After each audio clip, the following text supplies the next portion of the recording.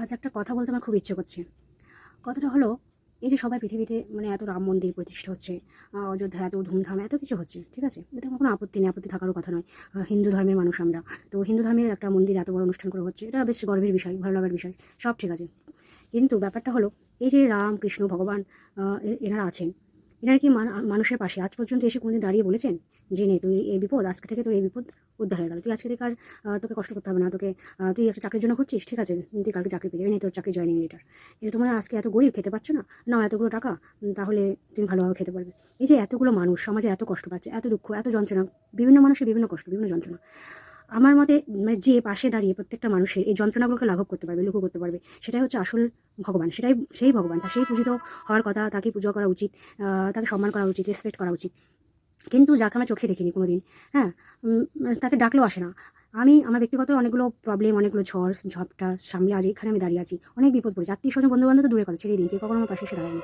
কিন্তু ভগবান যাকে আমরা ডাকি, দুঃখে কষ্টে যন্ত্রণায় প্রত্যেকটা মুহূর্তে তাকে আমরা স্মরণ করি যে ঠাকুর বিপদে উদ্ধার করো, আমাকে বাঁচাও, আমি এই বিপদটা টানতে পারছি না, হ্যাঁ, আর্থিক এসে কোনোদিন আজ পর্যন্ত এসে দাঁড়িয়ে বলেনি নাও এই টাকাগুলো তোমাদের আর্থিক কষ্ট দূর হয়ে গেল, বা তুমি এই কষ্ট ভোগ করছো, এ নাও তুমি, তোমাকে এনে দিলাম, তোমার এটা প্রয়োজন, তোমাকে এটা দিলাম, তো তোমার আজকে থেকে কষ্ট চলে গেল, ঠিক আছে?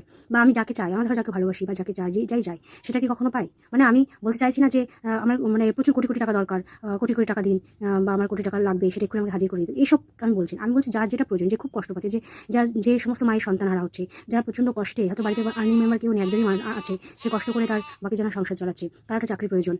হুম, কেউ হয়তো অন্যায়ভাবে কাউকে শাস্তি দিচ্ছে। অনেক সমাজে অনেক এরকম অপরাধমূলক কাজকর্ম হয়। কেউ যে যাকে পাচ্ছে, যেমন পাচ্ছে ঠকিয়ে নিচ্ছে, অপরাধমূলকভাবে শাস্তি দিচ্ছে। তো এই জিনিসগুলো যাতে না হয়, সবাই যেন শান্তি চায়, শান্তিতে থাকে, ভালোভাবে থাকে। আমি এটাই চাই, সেই ভগবান হোক বা তাকে আমরা ভগবান বলে পূজা করি। মানে সে যেন এই পৃথিবীর যত মানুষ কষ্টে আছে, দুঃখে আছে, যে যন্ত্রণায় যে থাকুক না কেন, সবার সব কষ্ট যেন লাঘব হয়ে যায়, লঘু হয়ে যায়। আমি এটাই চাই।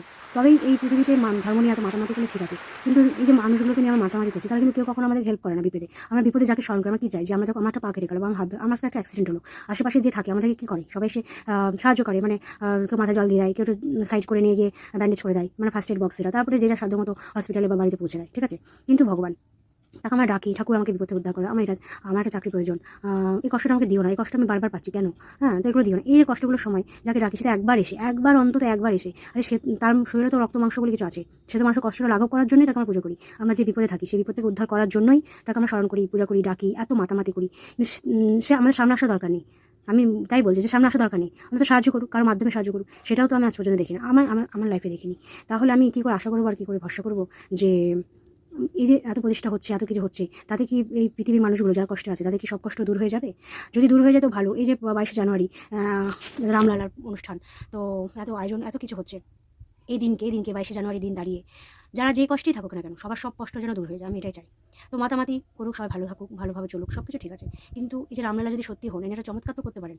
যেমন এই যে এসএসটি আমরা চাকরি প্রার্থীরা চাকরি পাচ্ছি না, পরীক্ষা হচ্ছে না, আমাদের একটা চাকরির ব্যবস্থা করা, যারা বেকার রয়েছি একটা চাকরির ব্যবস্থা করে দেওয়া, মানে পরীক্ষা যেন নেয়, আমরা যেন একটা চাকরি পাই, আমরা যেন সকার হই, ঠিক আছে? যারা খেতে পাচ্ছে না দুবেলা, তাদের খাওয়ার অন্য দিক। যেমন আমি একটা উদাহরণ দিই, আমাদের এখানে কিছুদিন আগে একটা মেলা হয়েছে, তো সেখানে মেলাতে দেখলাম প্রচুর গরিব মানুষ, যে যার মতো হস্তশিল্প, যে যেটা পারে সে সেটা বিক্রি করতেছে, তারা খুবই কষ্টে, খুবই জরাজীর্ণ অবস্থা, তাদের দেখে খুবই কষ্ট হয়েছে, হয়ও, আর হওয়ারও কথা এটা।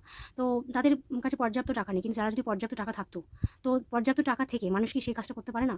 যে ধরুন কোটিপতি হয়ে গেছে, যে অভিনয় করে কোটিপতি হয়ে গেছে, সে কি তার টাকা আছে বলে কি কোটিপতি অভিনয় করাকে ছেড়ে দিয়েছে? কোটিপতি হওয়া সত্ত্বেও ছাড়েনি তো।